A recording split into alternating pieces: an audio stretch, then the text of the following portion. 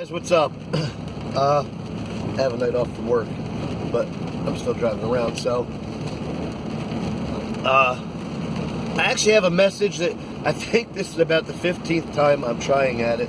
You know, I gave it 2 shots, and then on the 3rd one I thought I had it.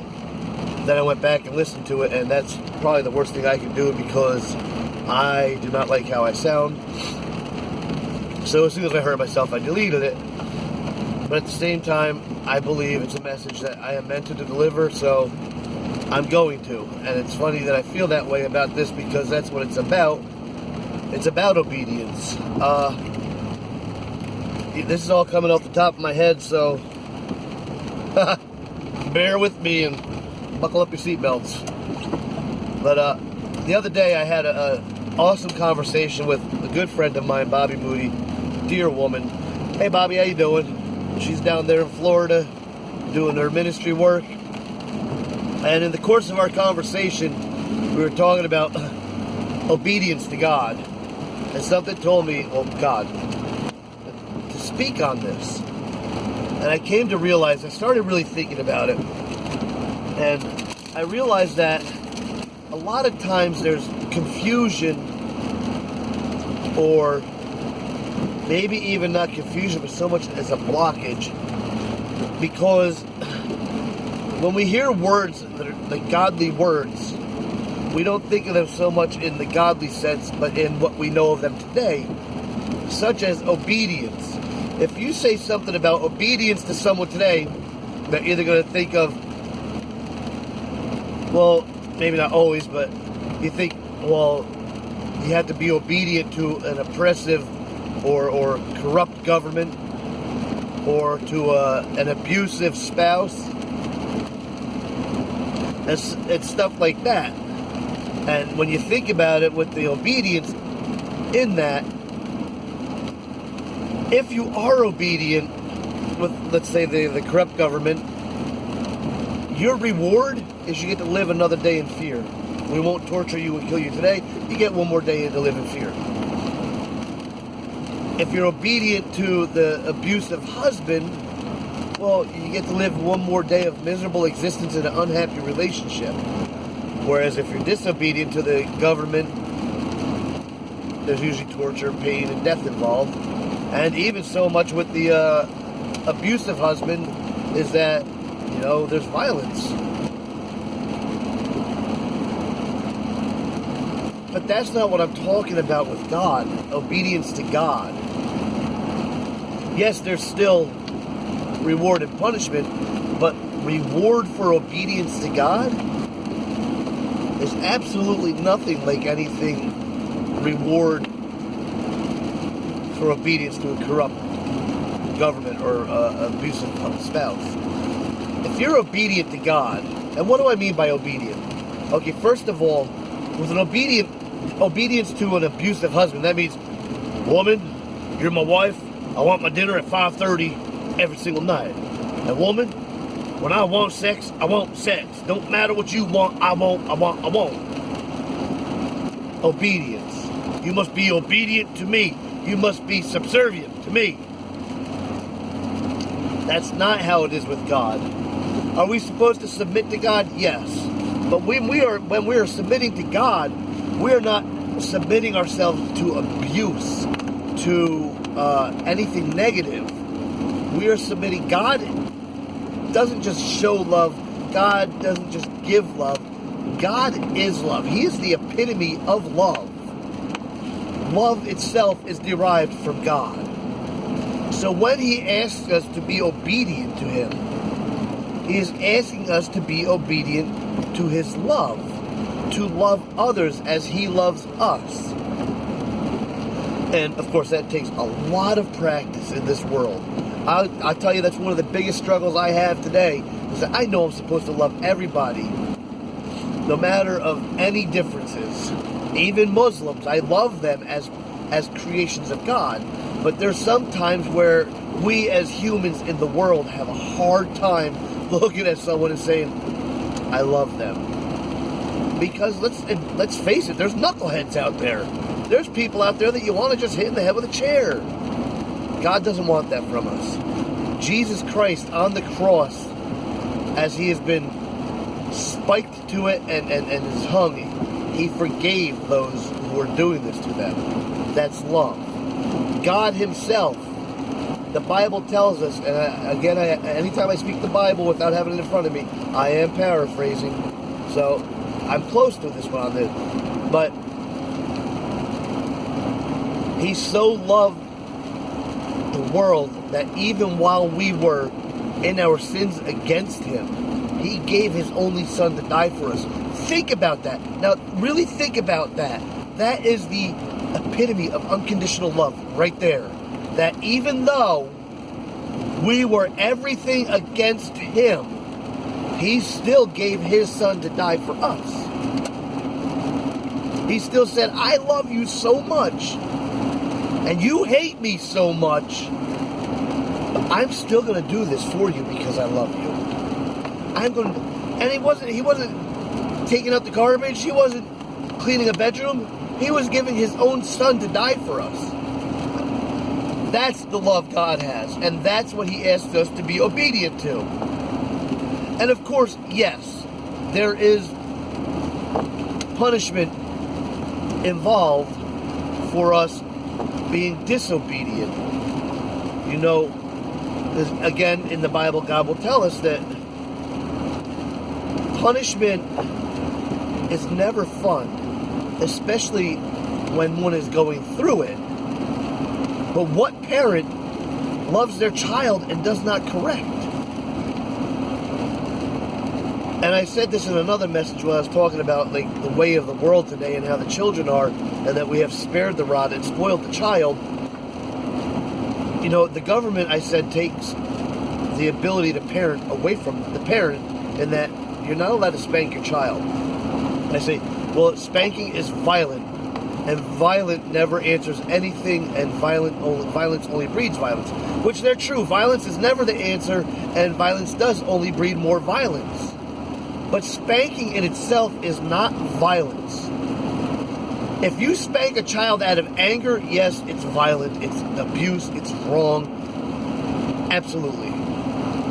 But if your child has done something that could hurt them or others, either now or in the future, you don't want that for them. You don't want that pain for them. You don't want them to cause that pain to others.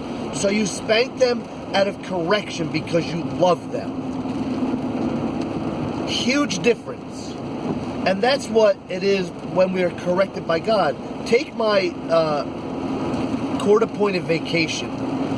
It was not fun while I was going through it, but it was necessary. And I'm not going to get into detail, but I've said before, I was not the monster I was accused of being. However, at the time, I was living a life that was pulling me further away from God, that emotionally and mentally I was going to end up hurting people, and some I already was hurting. I was putting my wife, well, she was my girlfriend at the time, but now my wife, I was putting her through the ringer emotionally and mentally, and eventually I would have ended up hurting her, our children, people in our families. So God did not put me in jail. However, he did not stop the wheels of fate from turning that led me into jail. He did not put me there. But while I was there, he said, now that I have your attention, will you please listen to me?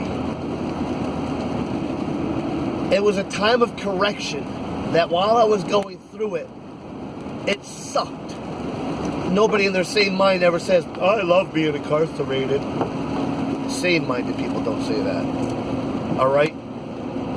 So no, I did not enjoy it. I try my best, and it's just who I am, to try and make each day as enjoyable or at least tolerable as possible.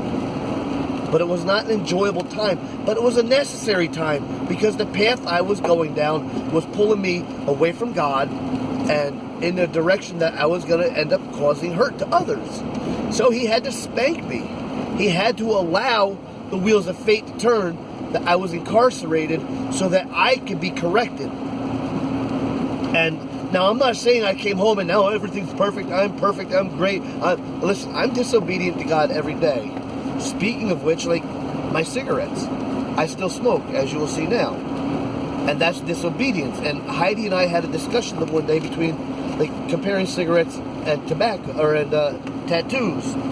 Okay, here's the thing. The Bible says our body is the temple of God. So when I smoke a cigarette, and this is horrible because I just lit one and I know this. When I light a cigarette, I am causing damage and destruction to the temple. So yes, that's disobedience. However, tattoos are not on that same line. You know, unless you get a tattoo that says 666 with a pentagram or I love Satan, well then, yes, you're worshiping Satan and that is destruction of the temple. However, none of my tattoos are like that. My tattoos, and most of the people I know, are representations of parts of my life, things that represent me. I have the phoenix on my forearm, rising from the ashes of my past. I have my bald eagle because everybody understands by now I have a total and complete infatuation with bald eagles. I have the New York Yankees, a lifelong pinstriper. I have DFC on the back of my arm because I am very, very proud to be with a group of dedicated, awesome people in Dan Figura Concessions. And it's been a huge part of my life. So yes, I have that tattooed on me. I have a frog with the name Spanky for Missy, my best friend. These are not against God. I see that when people get tattoos that have meaning behind them, they're decorating, they're painting the temple, they're decorating the temple, not defiling it. So, but I am disobedient. I smoke. That's where that was going. I smoke. I still curse some, especially when I get angry. I get angry, which anger in itself is not a disobedience. It's how we handle it. But my thing about this whole understanding obedience and disobedience in the eyes of God is what I think kind of is a roadblock to a lot of people coming to Jesus, is that they think, in order for me to be obedient to God, I have to give up a lot of stuff that I enjoy. Now remember, I've said before, and the old-fashioned saying still holds true today, not all that glitters is gold. The devil will make sin look so fun, look so beautiful, look so tempting, because that's how he draws us into it. You know, it's like a worm on a hook. If you just threw a hook down there, the fish will swim by it. They may get caught on it, but chances are they're going to swim by it. You put the worm on there, and they're like, oh, look at that, lunch. Next thing you know, hook through the lip, you're bringing them in. Same thing with Satan. We may walk by a building 20 times, but until they turn on those neon lights and we see it's a bar, we just keep walking by it. But once those neons come on, whoop, hook in the mouth, we're in there. And now I'm not saying that drinking in itself is disobedience. Drunkenness, yes. I'm not saying going to the club is disobedience. Going to the club and hooking up with someone different each time and premarital stuff, disobedience. Doesn't mean you can't go to the club. It means mind your P's and Q's while you're there. I'm not saying having men's night, guys' night once a week is disobedience. No. Participating in forms of debauchery, strip clubs and prostitution, whatever, yes, disobedience. So God does ask us to be obedient and stop some of the stuff that we're doing, but it's not stuff that is actually good for us. Stop being a drunkard. Whoa, you mean you want to save my liver? Stop hopping in the sack with every single chick you can find. Why? You don't want me to get an STD? God asks us to stop doing stuff that is going to harm us. Obedience to God means obedience to ourselves. It means loving ourselves to say, you know what? I enjoy going out and doing this. However, I don't want to keep hurting my body. I definitely don't want to hurt myself spiritually. So, the thing is, though, I said when we're disobedient, we do get punished. But on the opposite side of that coin is when we are obedient, we get rewarded. And usually it's greatly rewarded. It's not always going to be, I hit the $1 million lottery because I was obedient to God. Now last night, I did play a lottery ticket, a $3 lottery ticket. And on that ticket I won $5, so I gained $2. So sometimes it is a cash reward. No, I'm joking. I mean, I did win $2. But if you look at Abraham was disobedient to God. But he was more times than not extremely obedient. And he was greatly rewarded in that all nations came from his seed. And it's not always going to be a huge reward like that, but look at me. I'm obedient to God. Like I said, there's disobedience in me, but I'm still obedient for most of the time, the most part. And am I rich? No. Do I have a huge house? No. I have a nice running vehicle that gets me A to B and allows me to work. So that's a reward. But more so than that, I have mental clarity. I have peace in my heart. I have joy. I have hope for the future. And this is stuff I never used to have. To me, that is more of a reward than hitting the lottery. It truly is. Because the life I was living was a life of no hope, no peace of mind, no joy in my heart. I simply lived day to day to get through one miserable existence to the next. So, God rewards obedience. And He never asks us to stop doing something that's going to hurt us. Or to stop doing something that's not going to hurt us. I'm sorry. I was reading the sign back there. God never asks us to stop doing something that's good for us. If He's asking us to stop doing something, there's a reason behind it. It's because it's damaging to us. Whether it's physically, mentally, emotionally, or spiritually, one way or another, if He's asking us to do something, stop doing something, it's because there's damage, whether immediate or down the road. God does not want us to suffer. God does not want us to hurt. So I'm going to leave it at this. And hopefully I was understood on this. Like I said, it came from the top of my head, it came from my heart, and it came from God. He wants our obedience. And our obedience to Him is obedience to love. So, take what you want out of it, leave what you don't want. Have a good night. I'll talk to you later.